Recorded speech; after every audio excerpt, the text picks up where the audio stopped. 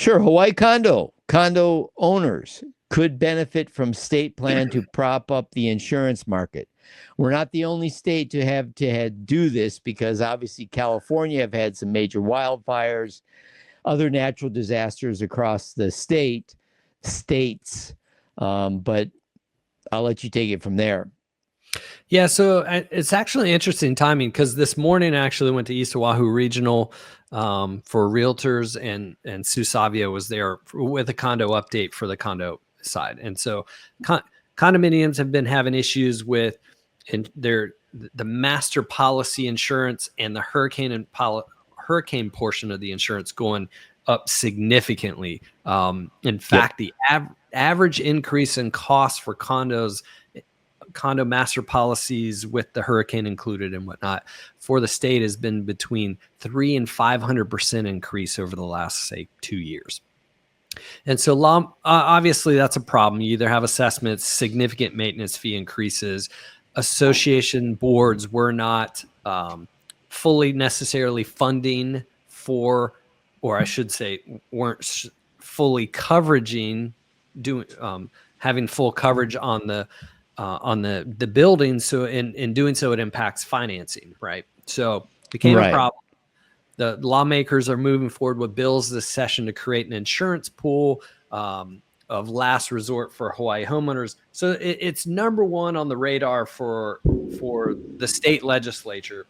The other component with this is there's a state task force trying to solve the issue, probably going to have some kind of fund to be able to kind of create a floor for the insurance portion. But when I met with Sue Savia, when she presented today, she actually said, okay, the reinsurance market has kicked in. And because they've had to raise these premiums, they need a certain amount of funding to keep AAA rating. And now they've gotten close to that. So actual condo insurance rates had come down this past year about 15 to 20%. And next year, as long as we don't have more catastrophes, she anticipates them to come down another 15 to 20%. So we are on a high side. It's gone up significantly. It's something to be aware of and understand. But the state is moving to try to create solutions to help give some relief to this. There's some components in the financing side for loans for capital improvements, and there's also an insurance component. And then the reinsurance market component seems to be stabilizing at this moment. So signs of life. By no means is it, are we at the end of this thing? But at least it's starting to look like we're getting to a portion of understanding resolution on this.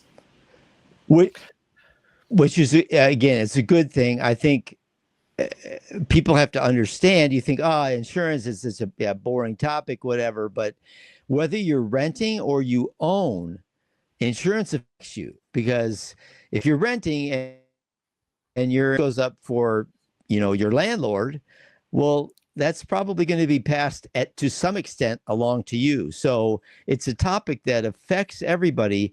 And you also see, as we have with other problems or issues across the states, as there are natural disasters, whether it be wildfires or hurricanes or lots of rain that brings flooding to certain areas, that it affects people nationally, because insurance companies, essentially, most of them are larger corporations, and something happens somewhere else, it may well affect us here. Yep. Yeah. And the key component that I took out of some, and I've said this all along, the more proactive you can be as a board, an association, the better off you're going to be on an insurance premium standpoint.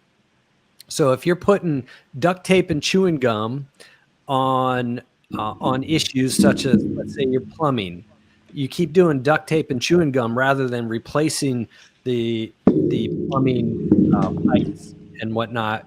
Well, okay, you're going to have water intrusion issues. You're going to be tapping that master policy consistently, and the insurance company is either going to cancel you, they're going to raise your premium significantly because you become a high risk property, or they're going to significantly raise the deductible. And I've saw one building, the experience with one building was they went from a $250,000 a year premium to a $1.4 million premium because they weren't doing the necessary fixes and repairs, and their deductible went from $25,000 to $100,000.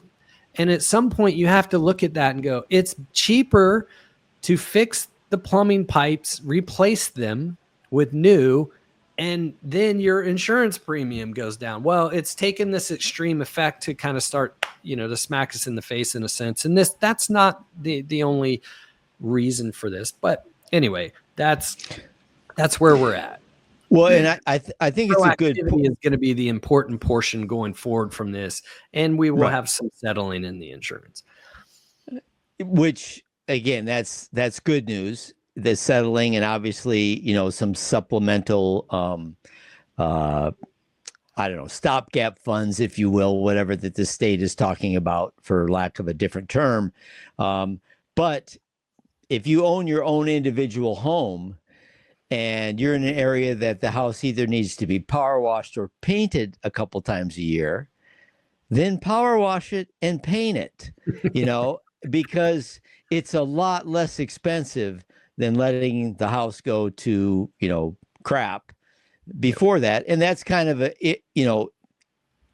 synopsis, or if you will, of the problem with insurance. Yeah. So, yep. I just had an escrow. I got last year's budget. The insurance was $6,500 a month for the association. This new year, the insurance per month was $35,000. So it went from $6,500 to $35,000 a month. And how do you remember what the breakdown was per owner? I mean, how many units were in that particular? No, but the maintenance fee went from $800 a month to $1,500 a month. Well, that gives you a good idea. So that means everybody got an increase of $700. Yeah, and not to go down a rabbit hole, there's a whole reason. Part of it, that's an extreme conversation, and there was some mistakes on the insurance side, and it's going to come down. But yeah, okay. Well, that's one thing, obviously, that is forefront, especially with the natural disasters, the hurricanes in Florida, the wildfires in California, floods in the, Mississippi Delta, which, they seem to happen every 3 years. So anyways,